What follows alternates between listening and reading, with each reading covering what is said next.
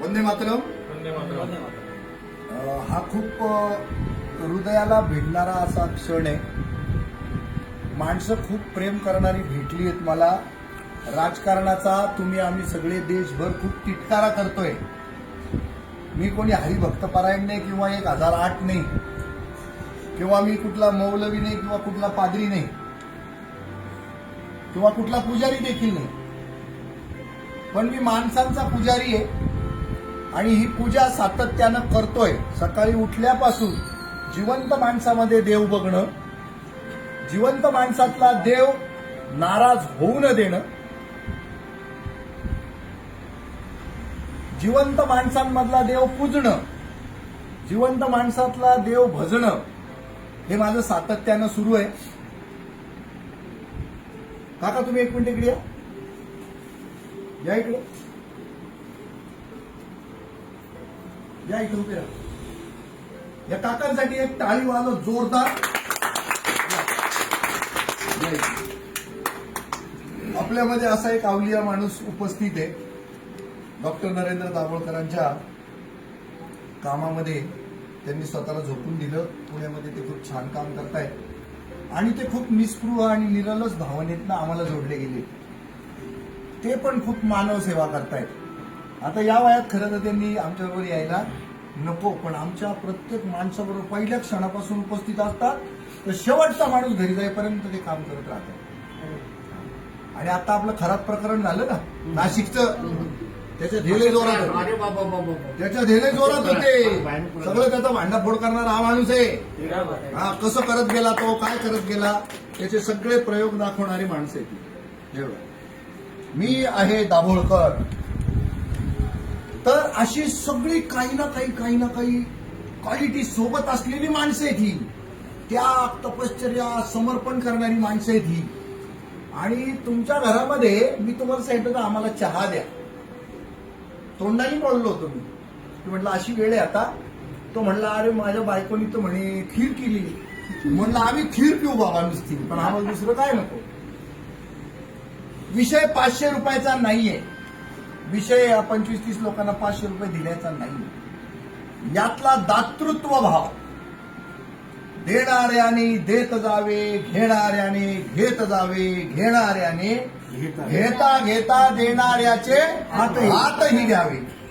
म्हणजे वडिलांचं हे देण्याचा हा दातृत्व भाव आज आम्ही आमच्यामध्ये जोपासणं गरजेचं आहे. आणि आम्ही, तुम्ही नोटा नाही देऊ शकणार कारण तुम्ही नोटा फार नाही कमवत आहे, मग तुम्ही काय देऊ शकता. बघा मी काय देतोय आता ह्या कुटुंबाला, फक्त प्रेम देतोय, जिव्हाळा देतोय, आत्मीयता देतोय. आणि हे जे कष्ट करतायत, ते जे प्रेम वाटतंय, ते शब्दातनं मी व्यक्त करतोय आणि तुम्हाला मी रिझवतोय. मानवतेचा जो पाझर आहे ना, त्यांच्यातला जो वाहतोय तो तुमच्या हृदयापर्यंत पोहोचवण्याचा माझा आटोकाट प्रयत्न आहे. आणि शब्दांच्या माध्यमातून, वाक्यांच्या माध्यमातून, उपस्थितीच्या माध्यमातून, सहवासाच्या माध्यमातून, परस्पर विश्वासाच्या माध्यमातून, या प्रकाशाच्या सहाय्यानं, या प्रकाशाच्या साक्षीनं तुमच्यातल्या त्या देवत्वाला मी जागवतोय आणि ह्यांच्यातले देव त्यांची भेट घडवतोय. इतकं सुंदर काम राजकारणात होऊ शकतं असं तुम्हाला वाटतं, पण हे घडतंय. मी राजकारणच करतोय. मी राजकारणी म्हणूनच तुमच्या आयुष्यात आलोय सगळ्यांच्या. मी कोणी आध्यात्मिक प्रचार प्रसार करणारा बाबा थोडी आहे. मी राजकारणात होतो, आहे, राहीन, राजकारणच शिकवीन. तुमच्या घराची मंजुरी राजकारणातनच होते, तुमच्या स्टुडिओची मंजुरी राजकारणातनच होते, पुष्पोत्सव राजकारणातनच ठरतो, त्याचे पैसे बुडवले राजकारणातनच बुडवले जातात आणि त्याची वसुली देखील राजकारणाच्या द्वारे होईल. राजकारण हा तुमच्या आमच्या जीवनाचा अविभाज्य भाग आहे. त्याचा द्वेष करून, त्याचा तिरस्कार करून, त्याच्याबद्दल संताप करून चालणारं नाहीये. लोकांनी आपल्यावर ही मजबुरी केली आहे की राजकारण्यांना, राजकारणाला शिव्या द्या. त्या राजकारण्यांनी मजबूर केलंय आपल्याला असं करायला. का तर तुम्ही त्याच्यापासून रिलक्टंट राहिले पाहिजे. तुम्ही तिथं जाता कामा नये, कारण तुम्ही तिथं गेले की त्याचं खरं स्वरूप, स्वच्छ स्वरूप, पवित्र स्वरूप तुम्हाला दिसेल आणि तुम्ही ते अजून पवित्र, अजून शुद्ध, अजून पारदर्शक करण्याचा प्रयत्न कराल. म्हणून तुम्ही तिथे येता कामा नये. त्याची काळजी वाहतायत हे आणि तुमच्या मनामध्ये द्वेष तयार करतायत राजकारणाविषयी. पण राजकारण नितांत सुंदर आहे, नितांत पारदर्शक आहे, नितांत निर्मळ आहे, नितांत निरलस आहे. तुमच्या आमच्या उत्थानासाठी राजकारण आहे. Politics is not a game. Politics हा काही गेम नाही, खेळ नाहीये, अजिबात खेळ नाहीये. राजकारण तुमचं जीवन खुलवतं, तुम्हाला बोलवतं, तुम्हाला डोलवतं. राजकारण नसतं तर माझ्यामध्ये हिंमत आली असती का? एखादे नवरा बायको रस्त्यावर बसले आणि त्यांचा प्रश्न विचारावा अशी हिंमत आली असती का माझ्यात? आली असती का सांगा? मी बोललोही नसतो तुमच्याशी.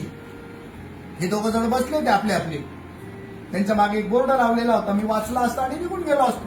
पण राजकारणाने मला ती निर्भयता शिकवली की काय दुःख या माणसांचं, विचार काय कष्ट झाले त्या लोकांना, विचार काही फुंकर घालू शकतो का यांच्या हृदयावर? या जखमा ज्या झाल्या त्याच्यावर तू फुंकर घालू शकतो का? विचार. आणि मी ते केलं आणि 3 वर्षानं हा इतका सुंदर असा क्षण मला अनुभवायला मिळाला. मी सगळ्या परिवाराला नतमस्तक होऊन प्रणाम करतो. तुमच्यातली ही मानवता, सहृदयता अशी उत्तरोत्तर वाढत जाऊ. माझ्या अंगावर काटे आलेले आहेत. तुम्हाला राजकारणात असा अनुभव आला का कधी? हा आत्ताचा जो अनुभव आहे तुम्हाला कधीतरी आला का? काका तुम्ही 60 वर्षाचे झाले समजा, असा अनुभव पाहिला कधी? कधीच नाही, पहिल्यांदाच बघतोय. पहिली गोष्ट म्हणजे सर, आपण सकाळी एकत्र 11 वाजल्यापासून आपण एकत्र असल्यानंतर कमिशनर ऑफिसला असं ठरलं आपापलं आपण घरी जाणार सगळे. पण अचानक तुमचा प्लॅन बदलला आणि सरांच्या घरी सर्वांना पाहुणचार 1 नंबर झाला. पाहुणचार 1 नंबर सरांनी केला. सर ह्यांच्यामुळे झाला. तुमची ओळख सरांची 19ला होती, 2026ला तुमच्या घरी त्यांचे पाय लागले. त्यांचे पाय लागल्यामुळे आमच्या टीमचे पाय लागले. तर माझं असं म्हणणं आहे, पुण्याच्या वतीने आमच्या टीमच्या वतीने तुम्ही आमच्यावर टोपी घालून काम केलं तर बरं वाटेल.